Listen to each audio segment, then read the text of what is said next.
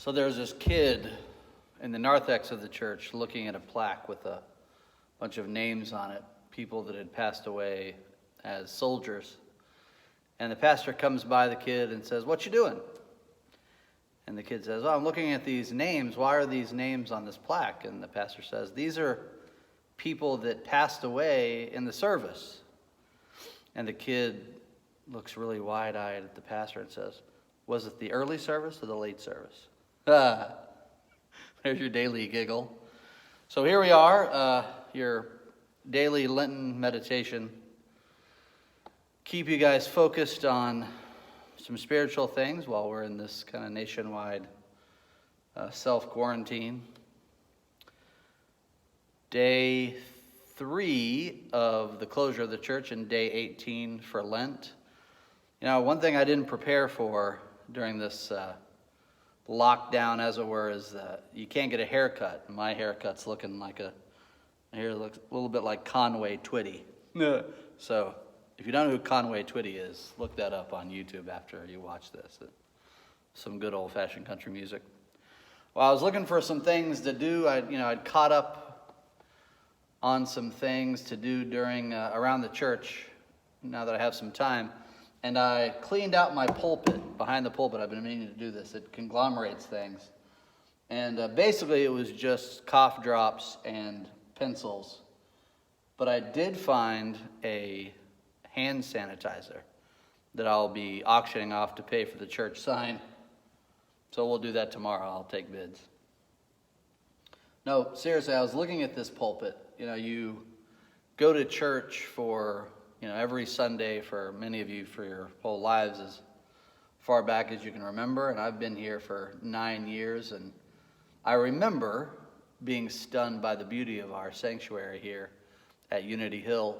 It's different than a lot of United Church of Christ churches. And I may have said this during sermons in the past or prayers or some other part of the service. But most of the United Church of Christ churches in New England are former congregational churches. Some still hold that title, even though they're part of the UCC, like our friends down the road at Trumbull Congregational Church. But this one was really from E&R heritage, Evangelical and Reformed, the church that joined the Congregational Church to make the UCC in 1957. So because its heritage is E&R, it's very much more ornate than most of the UCC churches in the area. And we've got stained glass, and I thought it would be fun to look at some of these things in the sanctuary over the next 2 weeks that we'll be having these meditations. So I want to take you just over here real quick, if I can figure out how to turn this on without turning it off. It doesn't look like I can when I touch the screen. Just gives me a sun. So anyway, you can see, I'll just kind of stand here then. You can see how beautiful this pulpit is. It moves. It's its own piece of wood. Gorgeous. The quadrifoil here is a standard church decoration. But if you won't be able to see it probably because it's an old plaque. But this plaque right here says this is a gift from the Reinecke family in 1909. 111 years old. So just one of the pieces maybe we'll look at. We've got our Lenten colors on, the purple and just that same gorgeous carving that we have here. So I'm sure there's members of the Reinecke family around somewhere, and we thank them for there's my super high-tech staging for the camera. You see that? That's amazing. So let us go about the business of having a Lenten meditation. So again, we're timely title of our book study that we're not getting a chance to do on Sundays. We're studying this man's work, Reverend Magri de Vega. He's a Methodist minister, Embracing the Uncertain. This is the daily meditations. So we are on day 18, like I said, and the title of this reflection is True Humility. We'll be reading from Luke 14, 1 through 11. Luke 14, 1 through 11. Get out the old trusty Bible. This is my Bible I had in seminary, so I use this as often as I can. Good memories. So, Luke 14, 1 through 11. The first 6 verses are titled, Jesus Heals the Man with Dropsy. On one occasion when Jesus was going to the house of a leader of the Pharisees to eat a meal on the Sabbath, they were watching him closely. Just then in front of him, there was a man who had dropsy. And Jesus asked the lawyers and Pharisees, "Is it lawful to cure people on the Sabbath or not?" But they were silent. So Jesus took him and healed him and sent him away. Then he said to them, "If one of you has a child or an ox that has fallen into a well, will you not immediately pull it out on a Sabbath day?" And they could not reply to this either. The rest of the 7 through 11 is titled, Humility and Hospitality. When he noticed how the guests chose the places of honor at this meal, he told them a parable.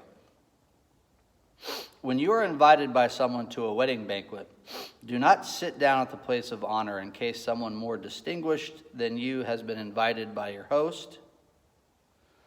And the host who invited both of you may come and say to you, "Give this person your place," and then in disgrace you would start to take the lowest place. But when you are invited, go and sit down at the lowest place, so that when your host comes, he may say to you, "Friend, move up higher." Then you'll be honored in the presence of all who sit at the table with you. For all who exalt themselves will be humbled, and those who humble themselves will be exalted. This is the word of the Lord. Thanks be to God. So our reflection by Reverend De Vega reads as follows. True humility. Here's what I wonder at the outset of Luke 14. The chapter begins with Jesus sharing a meal in the home of a prominent Pharisee, a member of a group who were the constant antagonists to Jesus throughout the Gospels. So I wonder, how did that invitation go? Did Jesus invite himself over, much like he did with Zacchaeus, the tax collector? Did he tell the Pharisee, "Put some extra water in the soup and pull up another chair at the table? Tonight I am dining at your house"? Was it the Pharisee who made the first move? If that's the case, I can only imagine the fierce pushback he must have gotten from the other religious leaders. What are you doing? How could you invite Jesus over for a meal? He's a threat to everything we believe and stand for. How could you?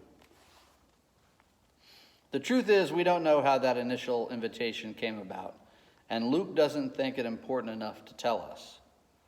But given our current culture, when our society is so deeply polarized and entrenched in our own ideological tribes and factions, I think it is worth something that even Jesus and this Pharisee, not even any old Pharisee, but a leader of Pharisees, found a way to sit down and break bread together. That alone is a good example for us to follow. There is more to the story, of course, for Jesus notices something once the dinner begins. Other invited guests start lunging for the prominent seats right next to this influential Pharisee. Like politicians campaigning for a cabinet post, a timely example, or fans clamoring for a selfie with a celebrity, these guests are all jockeying for the prized seat next to the master of the house. As Jesus watches this scene unfold, he stops the dinner in its tracks and decides to start preaching. The point of his message is basically this: if you clamor for the top, you will be sent to the bottom. But if you humbly begin at the bottom, then others will elevate you to prominence. I'm not sure that Jesus was literally instructing the guests on banquet etiquette or polite manner at dinner parties, but he was certainly trying to get his audience to adopt a position of humility in every aspect of their lives. When I was growing up, I had a pretty distorted view of what it meant to be humble. I thought to be humble meant you thought of yourself as pretty lowly. It meant minimizing my own talents and abilities, not being proud of who I was or what I was able to do. It meant that I had to think of everyone else better than I was. this. For me, humility was the exact opposite of boasting. Rather than seeing myself as everything, I thought of myself as nothing. Some of us may have grown up with that same idea of what humility is. I don't know if that meshes with your view of humility, but it is neither healthy nor biblical. Humility does not mean seeing yourself as nothing. It is not to be equated with self-esteem, low self-esteem. Instead, look at the word humility a little more closely. It comes from the Latin word humus, which literally means dirt. I thought he's telling us not to think of ourselves more lowly. It comes from the Latin word humus. Looks very similar to hummus, which literally means dirt. Humility does not mean seeing ourselves as dirt, but it does mean seeing ourselves as grounded, earthy, no better and no worse than the rest of all creation. It means acknowledging that you are connected to every other living creature on earth, and you are as dependent on others as they are on you. You cannot claim to be better than anyone else because you depend on others.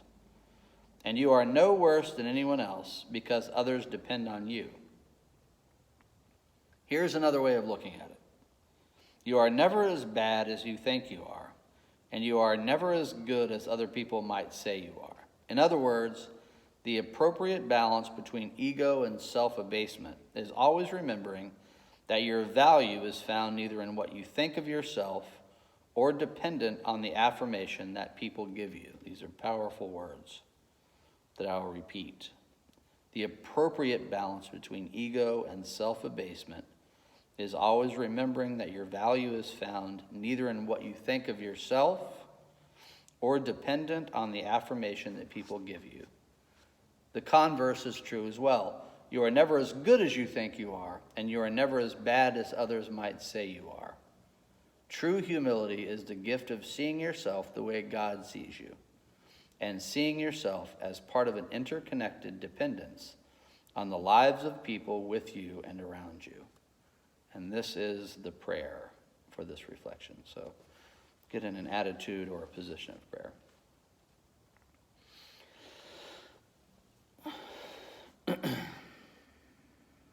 God, thank you for humbling yourself in Jesus, who took the form of a human being to give himself to the world. Help me to do the same for others. Amen. And so every one of these meditations also has a challenge for you to consider. I remind you of something you definitely know, those that are frequent churchgoers, about the Lenten journey, these 40 days that we remember Jesus being tempted in the wilderness. The wilderness we probably think of as trees and jungle-y or the forest. The wilderness, that word in that time and place was a desert. He was in a desert climate, of course. He was all alone, tempted. We think of him out there considering, as a human, his ministry. This is the first thing he did after he was baptized. He went to the desert to meditate, reflect, be challenged, find out what he was really made of. So in that vein, this is your challenge for the next 24 hours. Think about the fact that Jesus and a leader of the Pharisees had dinner together. How might that encourage you to build bridges of common understanding with someone whom you disagree? So I'm reminded of this wasn't really a sermon. 2 days ago when I recorded the worship, more of a meditation or a challenge for us to do something, I suggested that use this time. You're kind of stuck in the house or not able to do your daily routine, that you could use this time to write a letter, make a call, email, connect with someone that you haven't, and the larger challenge, of course, being to reach out to someone that you have a troubled relationship with. I saw on Facebook this morning someone else's church leaders, or probably a pastor, they heard during worship the same thing, to reach out And she did that, one of my Facebook friends, and she just described in this post what a wonderful experience it was for her to call someone that she had had a contentious relationship with in her family, and it was a very good experience and meaningful experience. And I can't remember whether I said it during yesterday's meditation or the worship on Sunday, but every day between Ash Wednesday and Easter counts as the 40 days except for the Sundays. The Sundays could be liturgically considered as miniature Easters. And this idea of taking this time where people are certainly feeling a bit of panic, concern, it is a pandemic, as definitively speaking, that with love and with the spirit of following the way of Jesus Christ, we can turn this bad time, this dark time, into something light and loving by making these connections with people in our lives that perhaps we haven't been able to connect with in the recent past. So that's your day 18 Lenten meditation. I'll post this on our Facebook page and email it. Just a reminder, of course, I'll see you again tomorrow if you're interested in watching more of these. And we are closed here at the church until March 29th. All events are canceled and the church office closed until March 29th, which is a Sunday. We'll meet for worship unless you hear differently, and then the office will be open again March 30th. Linda has agreed, one of our members, Linda Polito, has agreed to be here a few hours in the morning to answer calls. If you need something, give her a call. Check on the status of things. Or Linda's sitting here knitting, doing us a favor, so maybe just call and say thank you for her coming up and taking her time to man the phones and the door. So that's all for today. God loves you, and I love you, and I'll see you again tomorrow.